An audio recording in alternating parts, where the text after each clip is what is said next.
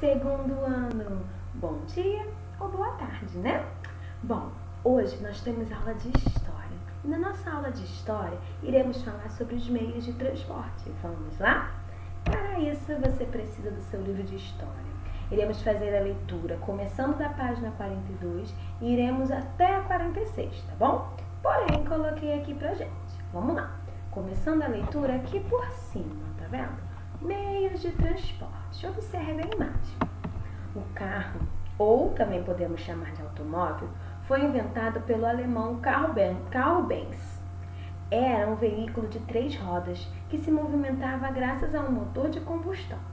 Benz, que criou a empresa que deu origem a Mercedes-Benz, recebeu a patente de número 3.435 entre 1885 e 1886.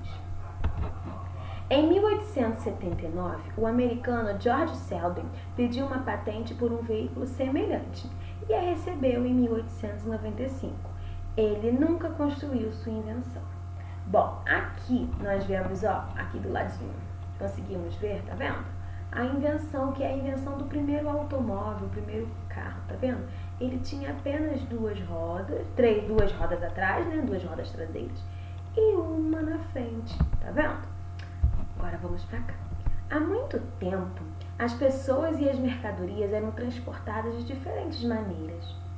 Bom, tinha tração humana, tração animal, né? Bicicleta, automóvel, canoa, navio, né? Vamos para 43 agora.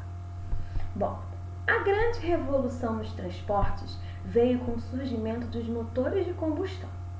Atualmente, estamos tão adaptados aos meios de transporte que fica difícil imaginarmos sem eles. É bem verdade que eles mudaram bastante, que cada região do país adaptada ao meio de transporte que atende às necessidades de diversas comunidades.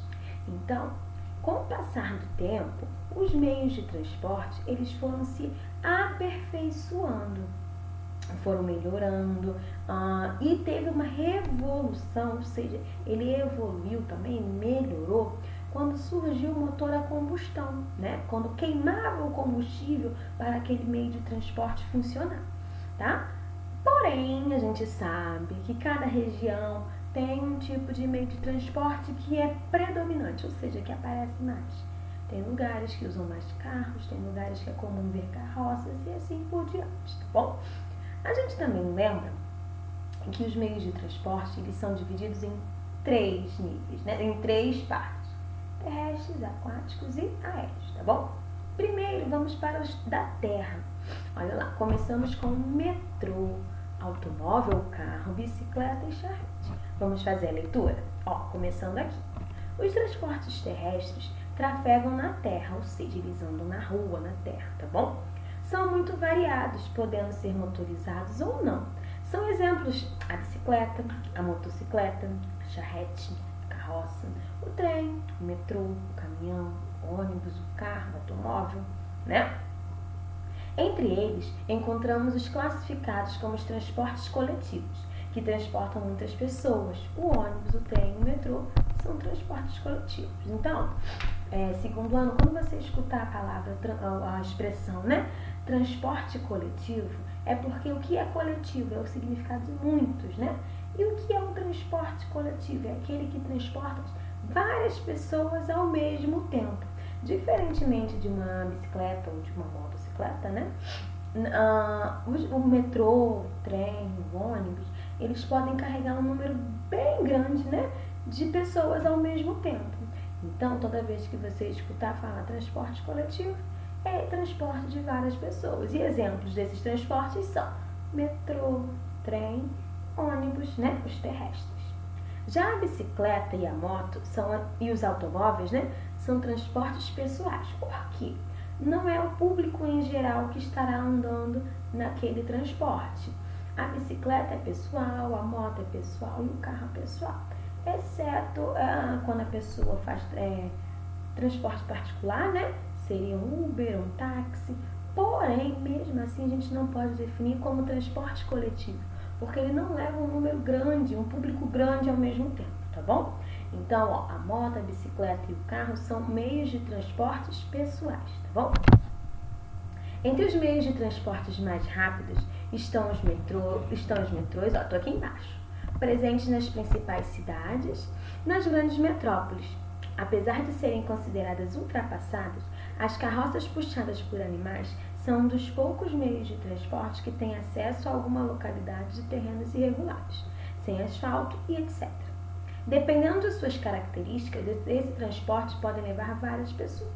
Então, assim, a charrete, que é um transporte puxado por animais, ela é uma coisa ultrapassada, não se utiliza, sabe, tanto. Porém, em lugares onde elas são utilizadas, é um dos meios de transporte que conseguem passar em ruas que tem um pouquinho de buraco, onde não tem mais asfalto, tá bom? Página 44, olha lá. Os transportes aquáticos trafegam pelas águas dos mares e dos rios. Deles fazem parte desde os transatlânticos, que transportam passageiros, aos navios mercantes, que fazem transporte de mercadorias. Vamos lá, preste atenção só numa coisinha. Começamos pelos terrestres, né? Agora estamos indo pelos aquáticos, aqueles que estão na água. Transatlântico é aquele que transporta passageiros, tá bom? E navio mercante, ó, mercante vem de mercadoria. Esse navio, ele não transporta passageiros, ele transporta mercadoria, tá bom? Também são aquáticos: a canoa, a lancha, o iate, a jangada, a balsa, a chalana, a gaiola.